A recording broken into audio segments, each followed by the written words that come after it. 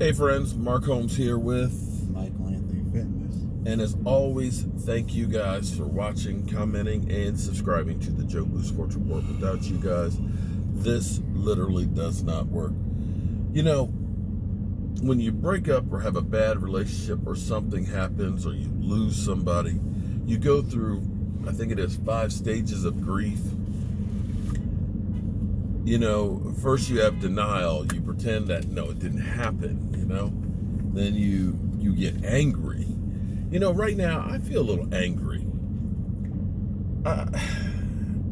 You know, one thing that I've hated from the first time I heard it was the Dallas Cowboys defense calling themselves the Hot Boys. Has DeMarcus Lawrence done since he got paid?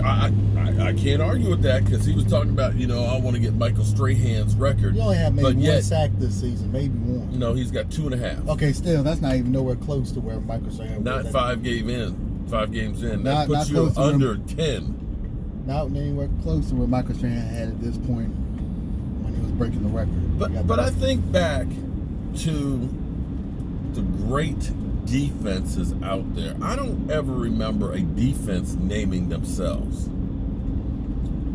They became the doomsday defense after they did something, after they were a shutdown defense, and there was others that came up with the name. It wasn't themselves.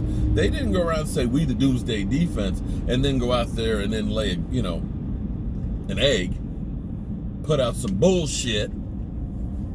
They got named for stuff for what they did on the field.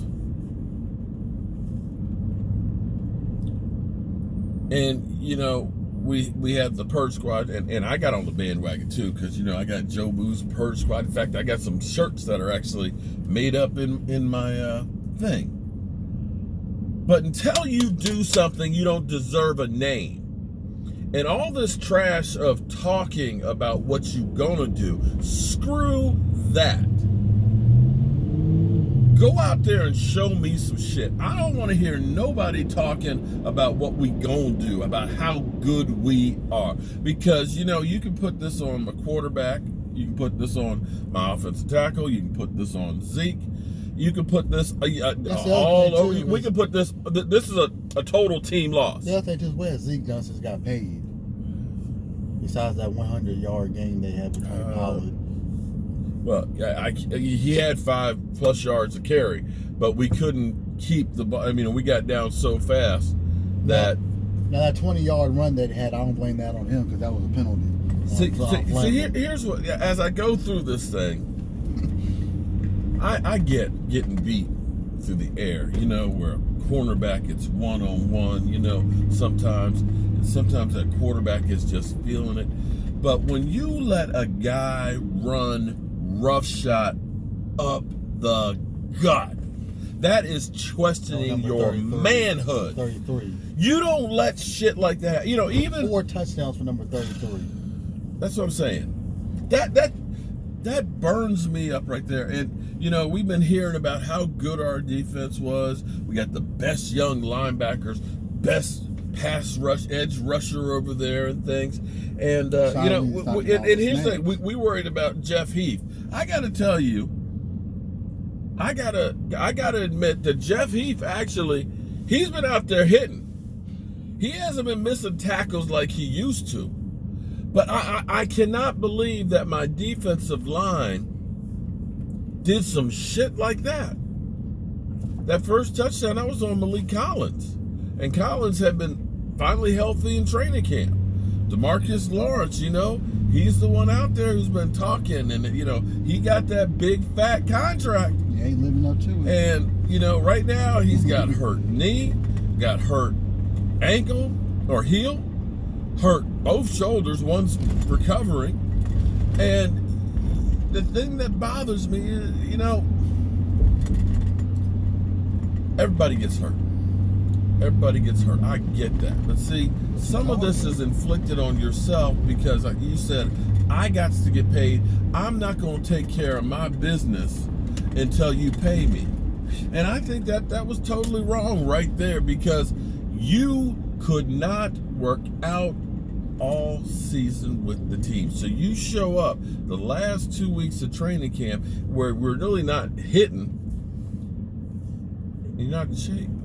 And what always seems to happen, you look at Earl Thomas last year when he held out all of training camp, boom, 3 weeks in after he kills the Cowboys. Yeah, 3 interceptions. He gets those interceptions and then breaks his leg and is done for the season. It was a non-contact injury.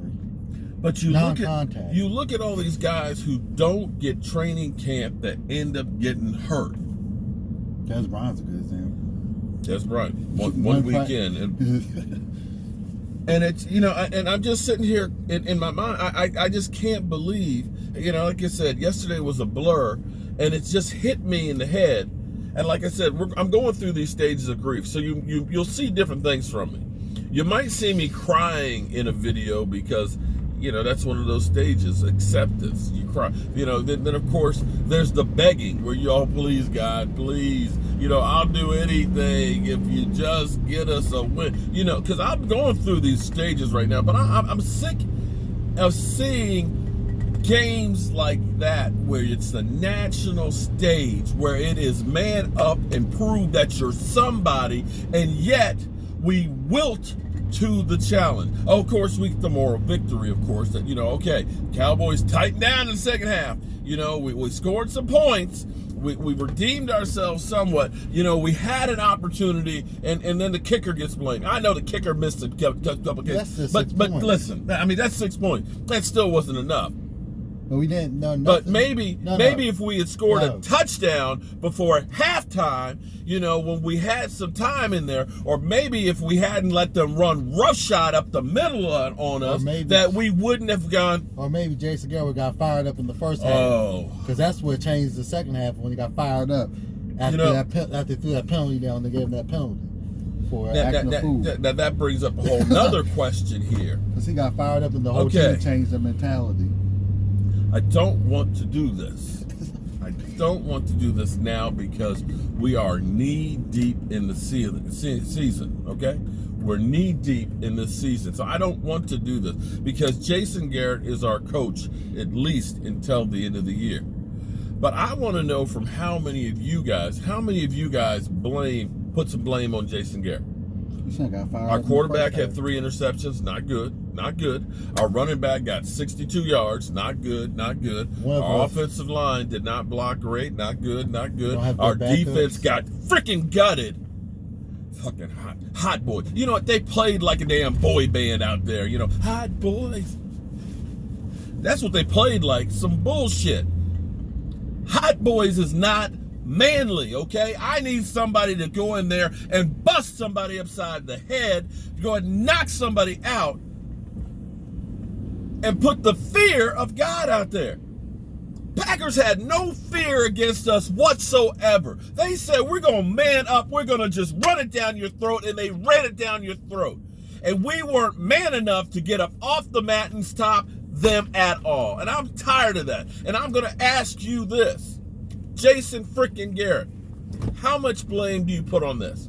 Because we've been having Jason Garrett since, I think the last time the Packers gutted us is when we ended up getting Jason Garrett as our head coach in 2010. I think that's when they finally fired Wade and said, Jason Garrett, it's your job now. And we have had Jason Garrett. That's when they won the Super Bowl in our building. And Jason Garrett, we have had him here. At some point, where do you look at the head coach? Like I said, we got problems across the board yesterday. We did not man up like we actually meant it. We didn't look like we were prepared to take on the Packers. We were freaking at home, and we got Packer fans there that are, go Pack go and stuff. Miss Jackie's sending me pictures and stuff telling me how many damn Green Bay freaking Packers were there like it was their own home freaking stadium. At what point do you look at the head coach and say, it's time to make a change? How about you? How much blame do you put on the head coach? I mean, I know we had the officials screwing us over. I know that. Yeah, but the other thing, too, is they need to stop giving Sean Lee a lot of reps. Every time he has a lot of reps, we end up losing. The record is consistent. Now, with all that being said, this is still feeling like deja vu to me. When I come back with another stage of grief, maybe I'll share my thoughts. I'm still pissed. I hate Aaron frickin' Rodgers and the damn Green Bay Packers. I'm Mark Holmes, pissed off. How about you, Mike? You mad? No. Disgusted? I'm not. Ready to say the hell with them? With DeMarcus Lawrence, yes. With our kicker, yes. They got to make some changes. They got to do some, you got to at some point, Cal Fleming, I'm ready to give up on him too. At some point, you got to look and say, we cannot continue to do the same stuff expecting a different result. Because this is the same crap we've been dealing with year after year. You don't have good backups. You think a guy from New England's going to come here and be good? But he can't even get his form right? Looking like Chaz Green all over again? That guy should take most of the blame for Dak Prescott getting sacked, because they're coming on his side. He's gonna get somebody paid. How are you guys feeling today? I'm Mark Holmes, Michael Anthony Fitness. See you guys later.